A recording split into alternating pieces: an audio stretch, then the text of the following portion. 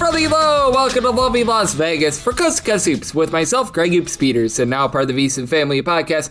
We've got an excellent podcast for you. We're going to be joined in segment number 2 by one of our good friends, Tommy Lastella. He does such great work over at Bracketeer.org. He's doing an amazing job looking at this wonderful sport of college basketball. We're going to chat it up with him about what we're seeing in terms of these NBA draft decisions, some of the more impactful ones on the board, and we have to talk about what's happened with LSU over the last week or so, and I'm going to be leading off with that in segment number 1. The fact that they are trying to bring in RJ Lewis, the fact that they are trying to bring in multiple guys that were drafted in the NBA draft. This is just absolutely wild and crazy, to say the least, what we have had happen with LSU. I would not doubt it if they think that Pistol Pete Maravich might have eligibility. I think that the next chapter for Kevin Durant might be LSU at this point as well. So we have to talk about that here in the first segment. Just absolutely wild what we've seen there. And then in the final segment, I'm going to give you guys a recap of the news and notes that didn't involve LSU in college basketball on Tuesday. If you have a question, comment, segment idea, what have you for this podcast, you have one or two ways to be able to fire those in.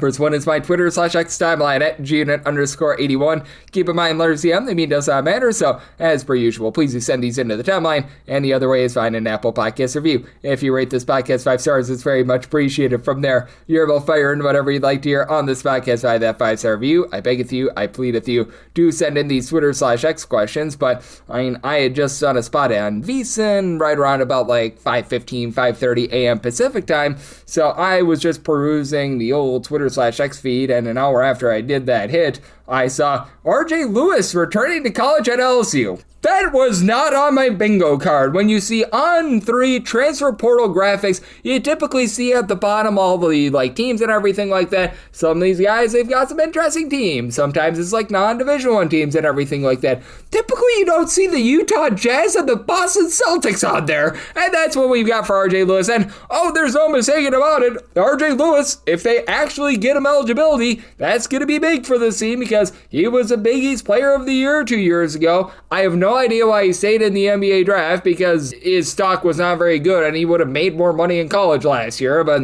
I guess he's trying to run it back. I mean, when he was at St. John's 2 years ago, 18 points, 7 boards. I believe that he was a second team All-American. The dude was absolutely tremendous for them. And now we've got him signing with LSU, and they weren't even done. Holy crud. You would think that that would be enough of a bombshell, especially after they tried to bring in the, I believe, 25 to 26-year-old Yam Madar on Monday, and he was a guy that was drafted in 2020. So they decide, hey, how about if we try to bring in another former NBA draft pick, as they're looking at Silu Niang. He was the number 58 overall pick in the 2025 draft of the Cleveland Cavaliers. Has ever played college basketball because he was one of those international men of mystery. So there's that aspect of things. Oh yes, and we throw in their 23-year-old French native Bryce Dessert. Hopefully I got that correct. It's spelled Dessert. It might be desert, it might be dessert.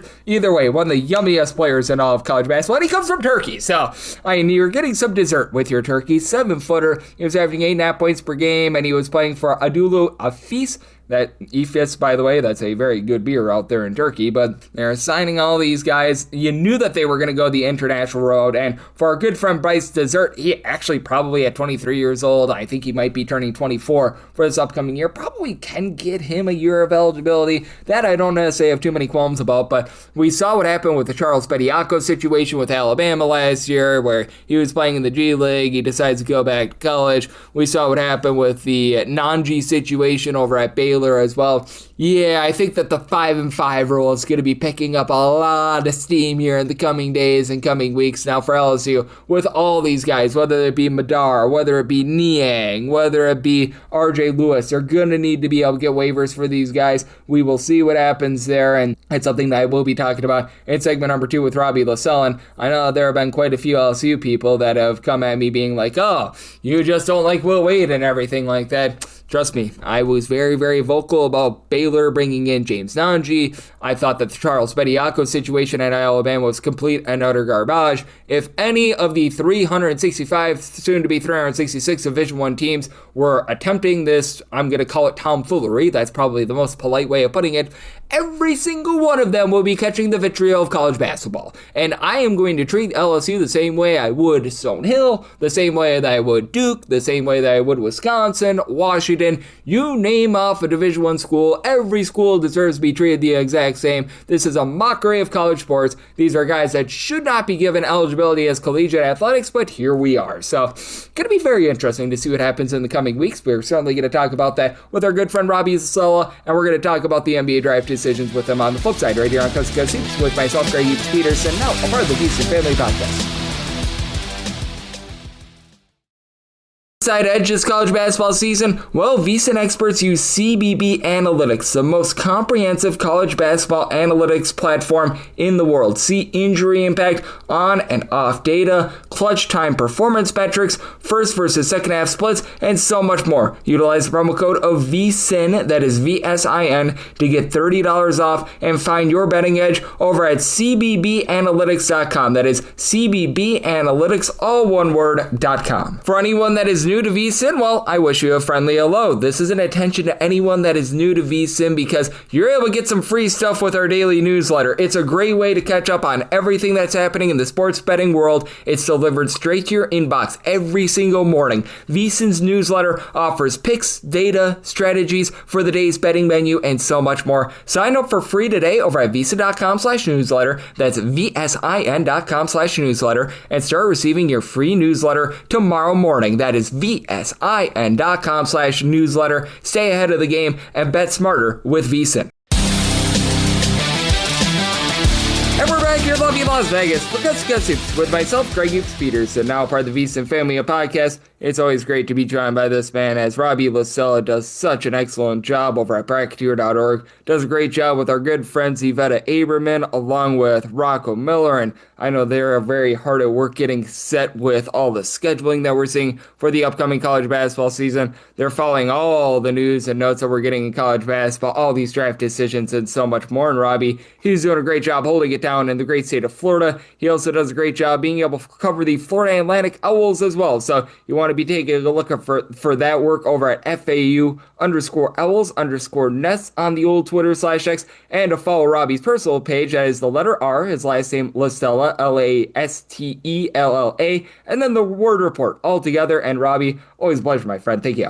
Oh, of course, Greg. Thanks for having me. Happy to come on here and talk about the crazy world that is college basketball right now. We got a lot going on, from draft decisions to roster building, all of that. That's coming to a head right now. Oh, it certainly is. And we'll talk about those NBA draft decisions in a minute because they're big, but I didn't think that there was much that could overtake those. But over the last 48 hours, we've seen LSU try to take a 2020 NBA draft pick to their roster, and now they're trying to sign RJ Lewis, the Big East player of the year from 2 years ago, who was on two different NBA rosters this last year. What do we make out of LSU? Because I said it at the top, it just feels like they're trying to make a mockery of the system. It's just absolutely unreal. And Will Wade has never been shy to push the envelope, but even for Will Wade standards, this is insane. Yeah, it's something new in the world of college basketball. I don't put it past Will Wade. He's always been creative. This is most likely the last year a lot of these older international players will have even a chance at eligibility once there seems to be more rules that are going to be coming to effect with that, hopefully at least here in the near future. So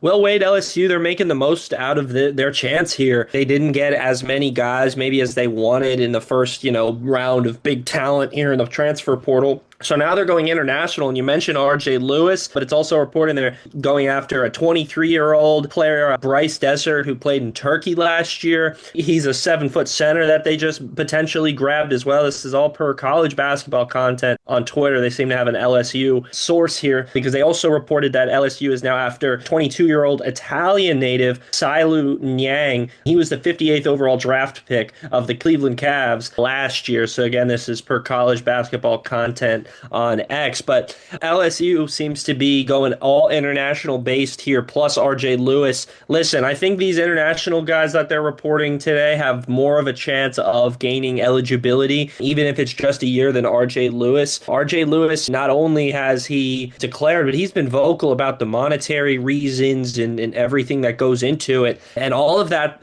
is going to be brought up in court, right? This is all, everything he said can and will be used against him in the court of law. So listen, I wouldn't put it past a Louisiana judge who's graduated from LSU to grant Lewis eligibility, but at the same time, he's got to be fair and impartial. Based on previous rulings of the court, if you look at Bediako's case, it would be tough for them to grant Lewis eligibility, but I wouldn't say it's a 0% chance. So definitely an older internationally based team. If they get Lewis as well, that's a team right now, a lot of veterans, that's what you can do, to overcome the hodgepodgeness of putting together a team, is you get veterans who can play together. And you see that in Europe a lot. Teams come and go at times, players often come and go. So listen, if they can put this team together, I wouldn't put past LSU to be, not terrible in the SEC, put it that way. And with the expanded tournament, I could see him somehow sneaking in. It's definitely interesting. A lot of people are going to hate on it, but at least this time, what he's doing is technically legal. There's no rule breaking as of yet. Worst comes to worst, they just rule him ineligible in court and they go and find more players overseas to fill the roster out. Yep, no question about it. There's certainly a lot of hubbub with regard to LSU right now, and those that are going after them on social media, I think, are right. Hopefully they were also going after Charles Bediako, James Nanji, so it's not as if they're the first team to do this. Maybe they're doing so a little bit more demonstratively and on a little bit of a bigger scale, but certainly we're seeing more and more of this. And how much do you think that what LSU has done over the last few weeks might cause for a little bit more momentum for the 5-5 rule? Because that would help with regards to being able to mitigate much of what we're seeing with LSU. And it's not just LSU. There have been quite a few teams that have tried to sign guys that are 24 plus years old internationally. You go back to Ruben Dominguez last year over at Texas A&M. I bring up Nanji. We bring up Charles Bediako and all of these different ordeals. And I do feel like that would be able to help solve some of these issues. Certainly you'll get your own can of worms with the seniors from this past year, but I do think that this could lead to a little bit more momentum for that ruling. Yeah, definitely. It seemed that rule seems to be pretty popular amongst a lot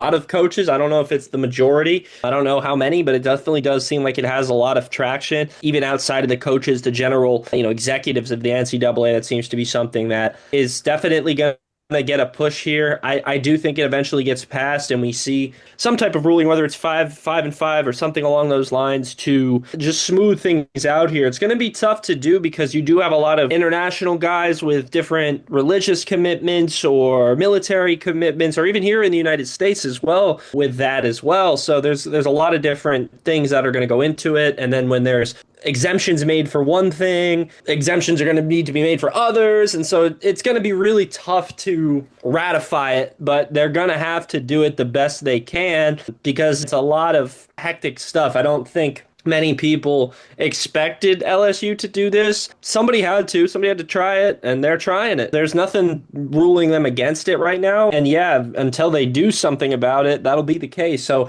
I think that'll definitely give it some type of push here. It's tough to see if that'll get passed. That could get challenged in court. And are you limiting earning potential and all this and all that? So I'm not one to speak and say, yes, for sure it'll happen. But I think it's possible. I definitely think it's somewhat possible.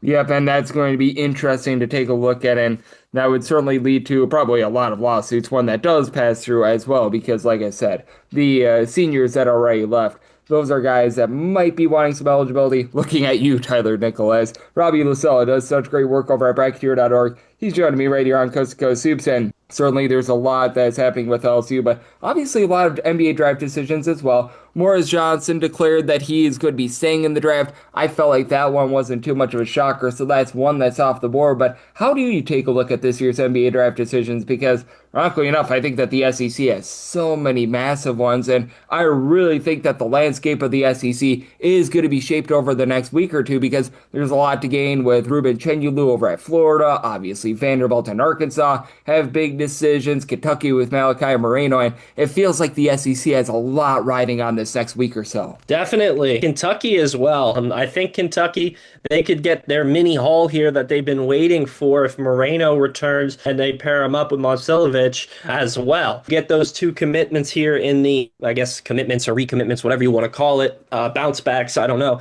But that gives Kentucky something serious. All of a sudden, they got two players that Moreno had a solid first year with them and can build in that in year two, and potentially, they go get Momcilovic in the portal. I know, St. John's, UCLA after them as well. Louisville is mentioned. I don't know how they have any money left, but I think Kentucky has a lot more money than some of these teams do at this point in the transfer portal and off season, so they can definitely make a play for Momcilovic that I don't know, maybe UCLA and St. John's can't. We'll see. You mentioned Chinyelu, pairing him with Alex Condit. That obviously gives them a big three of sorts. In college basketball, to have retention like that and talented retention is just kind of unheard of. And so definitely if he returns, that puts Florida in a position to be a contender. And I already think they are, even if he doesn't return, but he's low first round, high second round grade right now, low second round in some mocks as well. So I think Chinyelu's best bet is returning. But there's definitely others too. The SEC is big. You mentioned Vanderbilt as well with Tyler Tanner.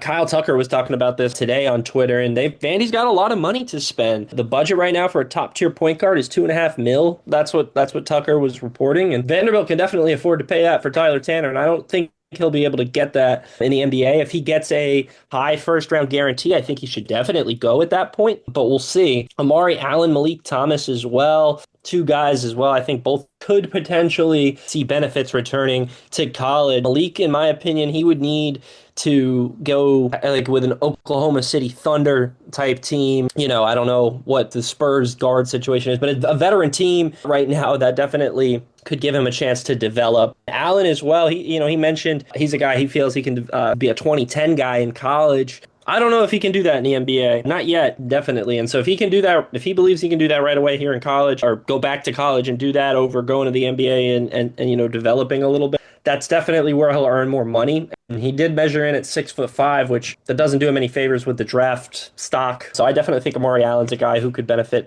returning. One guy I'm watching though, Greg Koa-Pete, a lot of mocks have been having him fluctuate, some potentially down into the second round. Listen, he's got a great relationship with Tommy Lloyd. That's a guy who I'm watching for sure. Some guys who I'm not really watching, I think they'll probably stay in the draft, but Dalen Swain, Christian Anderson, two guys that they could earn a lot of money in college with how things are going, but at this point, I think they both end up staying. Alan Graves from Santa Clara, I think if he looks at Cedric Coward and sees everything that he was able to do going straight to the NBA, Graves got to be able to do a similar, he definitely can do a similar thing. Last guy I want to highlight, probably Luigi Swigo, international, big guy from Italy. A guy that's potentially could go to college. BYU and Nova were the reported teams per CBS, but 7'2", 240, big men don't come around like that too much. At this point, LSU, although they did get a man commit per CBB content, that screams Will Wade to me. International big with NBA potential, so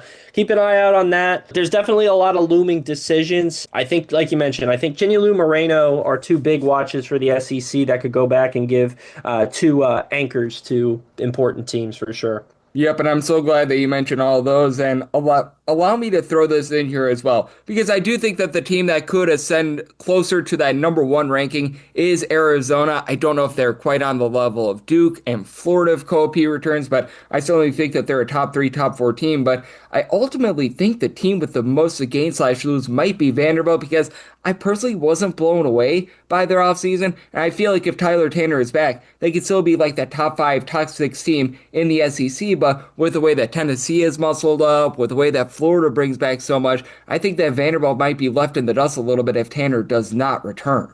Definitely. And, Mark Byington's already been, his name has been floated for these bigger jobs. And so I think, getting Tanner back, shows him that, listen, this is Vanderbilt. We got money right here. Like that could change the course of Vanderbilt basketball even further than it already has. I mean, Vanderbilt has gone from down in the dumps in athletics in general to top in basketball and football. I mean, not the top, but near the top. Listen, I mean, a move like that shows Vanderbilt serious. If they can give, Tanner the money he needs to be confident to go back to college, and he can improve his draft stock for next year, most definitely, especially because him returning to Vanderbilt, in my opinion, definitely makes them, I'm not going to say a tournament title contending team, but definitely, contending for that second weekend and maybe a little bit further. We'll see. Yep, absolutely. And I think that that is going to be a lot of fun to be taking a look at. And I do want to just keep this last one a little bit open-ended because obviously the NBA draft decisions are big. So we're seeing quite a bit of a holding pattern for a lot of these teams in the transfer portal. But other than LSU, because LSU has made the biggest moves over the last week or so, I think that we can both agree upon that. Has there been a team or two that here in like the month of May maybe had a few question marks on them, but you really feel like they're starting to put together a solid roster, and maybe it took them a little bit of time, but you like what they're building right now? I'm keeping an eye out on Georgetown, I mean, that's a sleeper team for me. They went and grabbed Josiah Parker. This is an FAU connection. I know. They went and grabbed Josiah Parker to me. They've made a couple moves this offseason where their roster definitely got pillaged a little bit in last year, but that's the thing in the Big East. A lot of these top teams have, you look at St. John's are going to England to get the top player in the Euro League. And so you got to get creative. I like a move like Josiah Parker going to Georgetown, especially late in the transfer portal. He was floating around. I'm keeping an eye out on Seton Hall as well. Devin Williams committed there. So I like seeing where the FAU guys land. You look at Matas Voikataitis going to Texas last year. He developed instantly. Baba Miller had a big year at Cincinnati. He developed instantly. So there's talent, and if they can go and succeed, get the right role, they can definitely continue to develop. So I'm keeping an eye out on these Big East teams, Greg. Georgetown, Seton Hall. There's always room for drama in the Big East, and although UConn, St. John's will get a lot of the attention, I think Georgetown, Seton Hall, and maybe a couple of these other teams as well will have something to say about that, especially Providence. We already talked about Providence on here, but as of late, it's been Georgetown and Seton Hall for me. Yep, and certainly to Paul, bringing in Magungwath and actually spending money and actually committing to college basketball. Love to be able to see that as well, so I'm right there with you. I think that the Big East is going to be very deep this year, and a man that is very deep with his wealth of knowledge of college basketball is you, Robbie. You're doing such a great job out there in the great state of Florida. You're doing an incredible job all 12 months out of the year, taking a look at this sport that we all know and love, so let the good people at home know it's all on tap for you and how people can follow along on social media and other platforms. Oh, Greg, I appreciate it for the kind words. Continuing for just a bit of an off-season lull for me right now, but we'll get back going here soon. We do have off-season content always at FAU Owl's Nest. Not as much written content right now, but we keep up to date on our social medias with all the transfer portal moves, as well as baseball, and all the softball just ended. And we'll get back in the writing with brackets here soon on the national landscape. But yeah, that's about it right now. We'll get some SFCBL. I work here in South Florida for a summer baseball league. That's going to get going here soon. That's my off-season. But basketball and football will be back here in the college ranks soon, and I'll be right in the heart of it, hopefully. Absolutely, and I know that our guy Robbie is doing such a great job looking at this great sport of college basketball, and he, much like myself apparently, loves himself some baseball as well, so always love that. I always appreciate Robbie joining me. A big thanks to him for joining me on Coast to Coast Superstar, part of the VSiN Family Podcast. And coming up next, it is that time of the podcast. I give you a recap of the news and notes we saw in college basketball on Tuesday.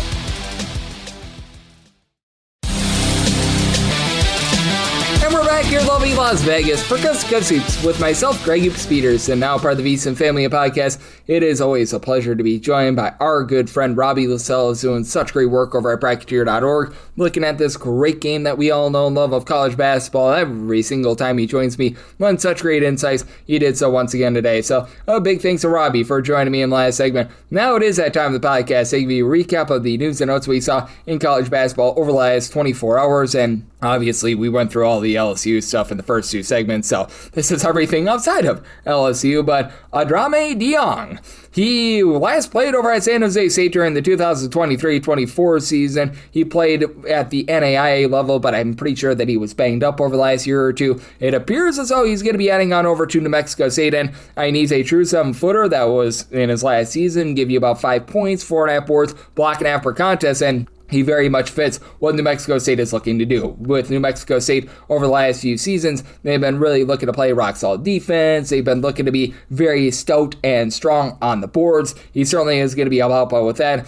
What sort of conditioning he's going to be in, that's a little bit of a question mark because he's dealt with a lot of injuries. I think that there's been an off-the-court thing or two as well, but still, for New Mexico State, it's been a solid offseason for them. Do I think that they're going to be competing with some of the top teams out there in Conference USA? I don't think so, but At the same time, obviously, they were going through a lot over the last few seasons in general, and I do feel like things are starting to get back online with bringing in DJ, turning it up doubly from Louisiana Tech. That's a guy that fits the system. You've got Gabe Warren, who was pretty rock solid over at Holy Cross as a scorer. Jermaine Washington, he's another guy from San Jose State that comes in as well. I do like the offseason that they've had, so this one is pretty rock solid for them. You've got Jakari Brim. He was over at Appalachian State. He's decided that he is going to be going to NC State, and well, this one's not big for NC State. 1.2 points in 6.2 minutes per game. I recognize that sometimes you can develop in a system and everything like that. He is there to pretty much be a practice player. I hope that they're giving him a nice stipend and everything like that. When you've got Paul McNeil Jr. on the roster, Emil Yeho, who's a 40% three-point shooter over at Washington State, Kyle Evans coming in, Preston Eadman and company. If our good friend Justin Gainey is relying upon this guy for big minutes, then NC State has had something horribly, horribly wrong happen this season. But hey, good for Mr. Brim. He's going to be able to hopefully get some nice NIL, and he'll be able to practice with the team. This one is a guy that is returning from where he came. Robert Viola, he last year was over at Minnesota, just wasn't able to get out there on the floor. He averaged 7.6 rebounds per game, limited to just 5 games due to injury. He is heading back to San Jose State, and this is big for San Jose State because they were just absolutely dump truck down low last season, and when we have seen San Jose State at their best under this current regime, Tim Miles, I've always liked him as a coach. It's been because they've had really good low post play. Viola was a big part of this team a few years ago when they were able to have a above 500 season, and they've already got on Eddie Bedry, who is a 6'9" combo player that was limited due to injury, coming over from Columbia. Mookie Cook, a former top 100 recruit of Oregon, he comes over after he had a solid year over at old San Francisco. Joey Chema, he was a solid scorer over at Arkansas State. He comes in as well. I was wondering where that rock solid low post piece was going to be coming from, and for Viola, they're gambling on his health. They're gambling on the health of Eddie Bedry. If these guys could be healthy, though, you're really looking at something here, so I like the pickup there. This one is going to help out Virginia Tech. Ethan Copeland, he was over at Stetson last year. A little bit of a do-it-all guy. 15 points, about a steal and a half per contest. Shot 43% from three-pointers. He's going to fit Virginia Tech. Now, Virginia Tech is relying upon him to be like a end-all, be-all, big-time scorer or something like that. Well, I think they've got another thing coming. If they're utilizing him off the bench for a little bit of microwave scoring, I think that they're going to be in good shape. They bring in Jalen Curry from Oklahoma State. He should be able to help run the point for this team. The likes of Miles Heide, I don't know what you're going to be getting there, and this is going to be a team I think is going to be leaving a lot to be desired down low. Musa Sangia, who he was over at NC State last season, as a little bit of a project guy, then they're going to be hoping and praying is going to be able to give you a little bit of something. But still, I do think that for Virginia Tech, they're making some okay moves. I feel like they're not necessarily keeping up with the Joneses out there in the ACC, because we've even seen like teams like Boston College, Georgia Tech make some good moves. And for Virginia Tech losing Nicolas Avadeas in the offseason, I thought that was massive for them. But I do like this pickup for them, and I do think that is going to be very beneficial for them moving forward. I thought that this was a very beneficial move as well. How about Alabama A&M landing Stephon Walker? He missed the entirety of the 2025-26 season, and this is not a guy that's going to be popping and locking it from three-point range, but last we saw him over at Old Dominion 2 seasons ago, 6.3 points, 7.1 boards, out there in the SWAC, he's going to be a dominator down low. And for Alabama A&M, they made some changes last offseason, so this is going to be year number 2 of what I think is a really good regime over there. For Alabama A&M, they're going to be very much prioritizing defense as they brought in Dante Jackson, and hey, in season number 1 under Jackson, they were above 500, clearly a team that is going to be looking to make their bones with regards to their good defense. They didn't necessarily have the size to dominate down low. Now you've got that guy that's able to do so. And here in the offseason, they've added in someone like a Nathan Johnson, who is a solid scorer over at Detroit. Devin Brown is coming over from Coastal Carolina, a little bit of a project guy. So I like what Alabama A&M has done, and they're looking like they're going to be one of the better teams out there in the SWAC for this upcoming season. I like this move as well as Joshua White, hopefully I got that correct. He has decided that he is going from Lafayette, and he is going to be heading on over to VCU. With White, he was in the Patriot League, and he's still with a little bit of injury over the last few seasons, but he should be able to give the team a little bit of offense. It just adds to a VCU team that I don't think that they're going to be utilizing White as an end-all, be-all guy, but for VCU, I do think that they've once again had themselves a very nice offseason with the system of Phil Martelli Jr. I think that they're probably going to play a little bit more up-tempo this season. They haven't brought in a lot of guys guys, but bringing in a guy like a Blake Harper, who is solid over at Creighton is big. Niall Ralph Byer, he was a good, shall we say, do-it-all guard over at Sacred Heart. He was able to dole it out. He was able to pop it from three. Tori Olsen helps out down low, and now White, he's sort of like that insurance policy, probably going to be a little bit more of a practice player for them, but helps fill out the roster, so that's all for them. And then Isaiah Manning began his career over at TCU, limited to 16 games this last season over at Sam Houston State. He was averaging for old Sam Houston State 10.5 points, 4 boards, a little bit over an assist per game. He heads on over to Western Carolina. This is a great ad for Western Carolina, who they are a team that they very much were solid on the boards last year. They were awful, and I mean awful with their three-point shooting, but they addressed that with bringing Jackson Prunty from Charleston. Malachi Brown was a solid player over at Georgia State. They've also got Donovan Raymond, who's going to be up them out down low. Jane Roberts is a little bit of, shall we say, a project player, but he was over at Hofstra in a good system over there. And now you're bringing a guy, Manning, who at 6'8", he's going to be able to give you some good versatility. Also shot 35% from three, shot over 86% at the free throw line. He's going to be able to help unlock that offense a little bit more. They're going to need to do a better job in terms of taking care of the ball, but very much a step in the right direction there. I do like that for them, and I do like this one as well. Niles Cooper, he was over at UC Davis, and I believe that he was going to be going to Loyola Marymount as well. He has decided that he's going to UC Irvine. Zot for the Anteaters. Anteaters don't bring in a lot of guys via the transfer portal, but typically when they bring in someone, they typically hit relatively well, and for UC Irvine, this is a team that's built around good, solid defense. For Niles Cooper, he was a part of a defense that was really good in terms of generating turnovers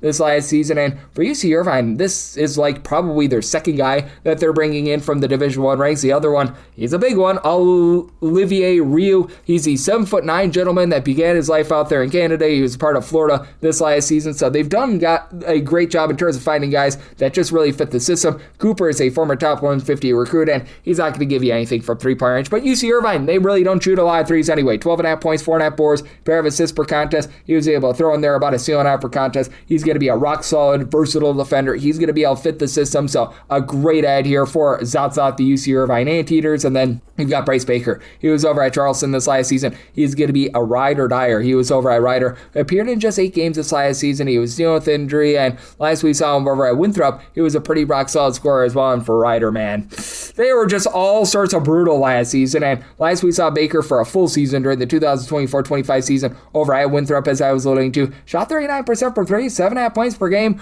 Rider was absolutely terrible with regards to their three-point shooting last year. They honestly weren't the worst team on the boards, but man, they had absolutely no guard play whatsoever. They need to hope and pray that he is fully healthy, but if he is, it's a nice upgrade for a Rider program that I know that the university in general is just in a whole bunch of debt, so I feel bad for those guys over there, but hey, they've also brought in Rich Bisco, who he was over at Akron this last season, should be able to give them a little bit of something down low. Ty Bivens was a bench warmer over at George Washington, but he should be able to get a little bit of run here as well, so I do feel like they're taking a step or two here in the right direction. Certainly you're probably going to be needing a little bit more, but hey, at the very least, things appear to be getting a little bit better for them. I like this ad for them, and then I do like this ad as well as William Garcia Adson. Hopefully I said that correct. He was over at Drexel this last season. He heads on over to Maine, and Maine has just been getting, for lack of a better term, mained on the glass those last few seasons. At 6'8", he last season for Drexel was able to provide just under 4 rebounds per game. Shot about 30% from three, which isn't amazing, but